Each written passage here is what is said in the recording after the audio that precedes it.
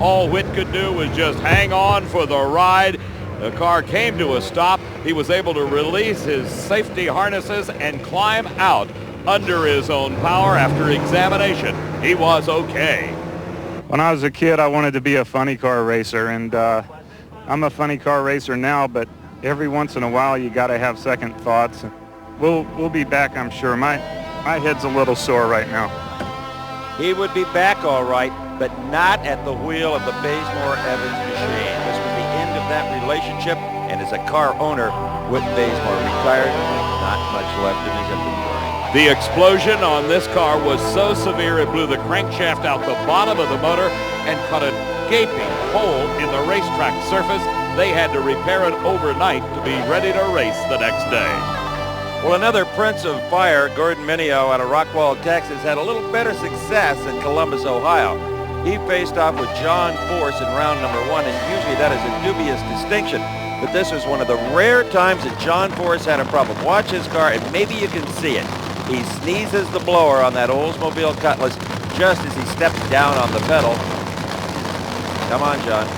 Blow it up for us. Bam! Right there.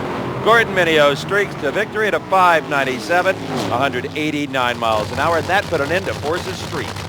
And Gordon Mino advanced to face Cruz Pedregon. This time in the semifinals, Pedregon smoked the tires, and Mino made it to the final round of an NHRA Winston Championship event. His time of 5:56. But the drama was not over.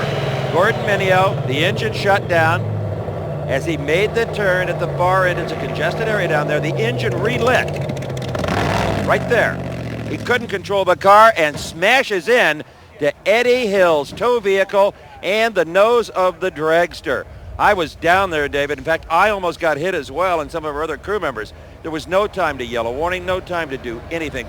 It was frightening at the time, but fortunately no lingering injuries. Gordon felt awful about what happened. Well, I'm extremely sorry for Eddie. I can live with my own damage, but I can't stand to do anything to anybody else. What could have been and should have been Gordon Mino's finest day on a racetrack ended at that point. He was unable to repair the car to race Gordy Bonin for the championship of the Oldsmobile Spring Nationals. Bonin took a single 560 at 194 miles an hour at the wheel of Roland Leong's Dodge.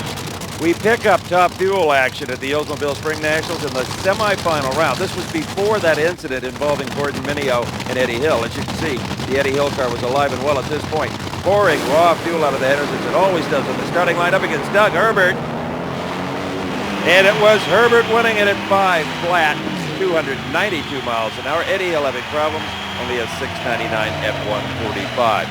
So that put Herbert into the final round against Kenny Bernstein. You remember him, the Budweiser King car, who won in New Jersey. A win in New Jersey didn't necessarily mean that he was going to be the strong contender here, as Herbert actually was the quicker car coming into the finals. He had the lane choice and parlayed it into his first ever national event win. I just can't say enough for Set and all my crew guys. Everybody just does an excellent job. And, you know, my wife and my mother-in-law and everybody that helped me get this car out to the track. Without them, there's no way I could ever do this. And this is a dream come true. Doug Herbert defeated Kenny Bernstein for the championship at the Oldsmobile Spring Nationals, and the celebration went on and on. But little could the Herbert family know what lay in wait for them in Topeka, Kansas at the Western Auto Nationals. It happened, as you well remember, David, in the first round of qualifying here in the Heartland Raceway Park facility. One of the worst accidents I have ever seen. Doug Herbert's car came down the racetrack, lost a tire, then it broke in two as it skidded across the racetrack.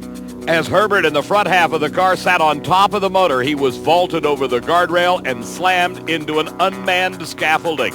The car again broke in two, the roll cage remained intact, and incredibly, Doug Herbert was basically uninjured in that accident. In fact, within a couple of weeks, he was back on the racetrack, sore but unhurt.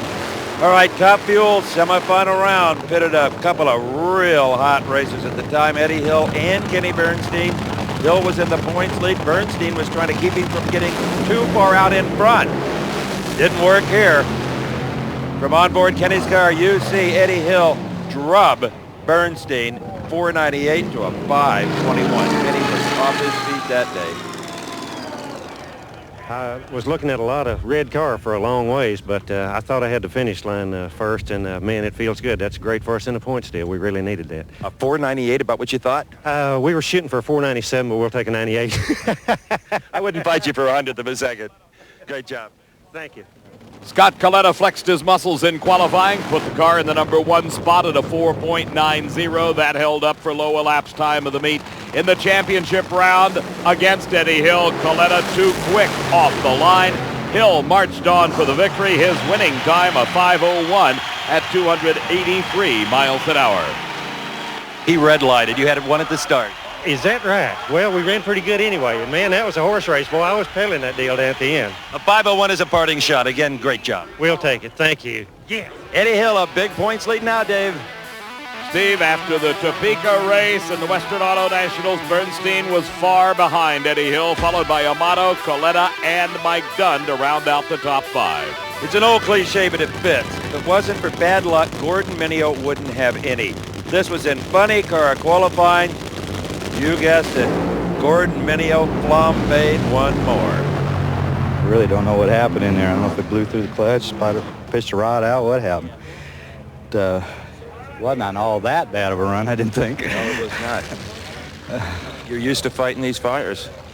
Yeah, I guess I had to open up a little school, huh?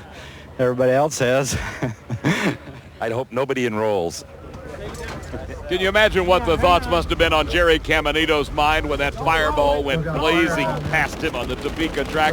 And that, of course, was Gordon Minio, and he was unhurt.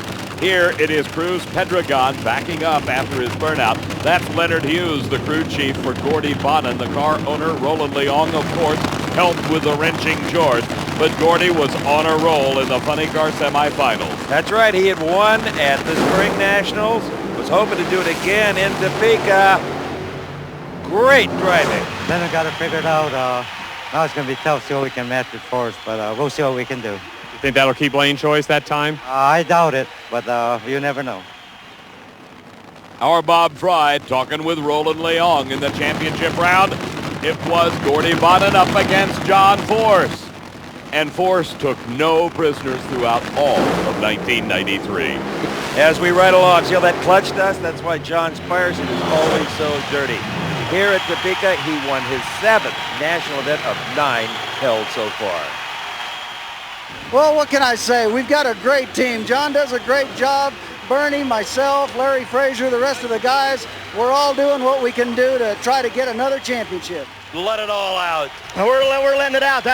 That's what we call 93. Come back to her, buddy. And after last year, we needed it. But to beat Gordy Bonin, I'm proud. 240, we've known him for years. And rolling these guys, they're unbelievable. I'm just proud to be there in the final with them. And we're just really proud to be part of this Western Auto deal and have this old heat back humping. The fans thought old Force was dead. Well, I ain't dead. We're just starting to come alive.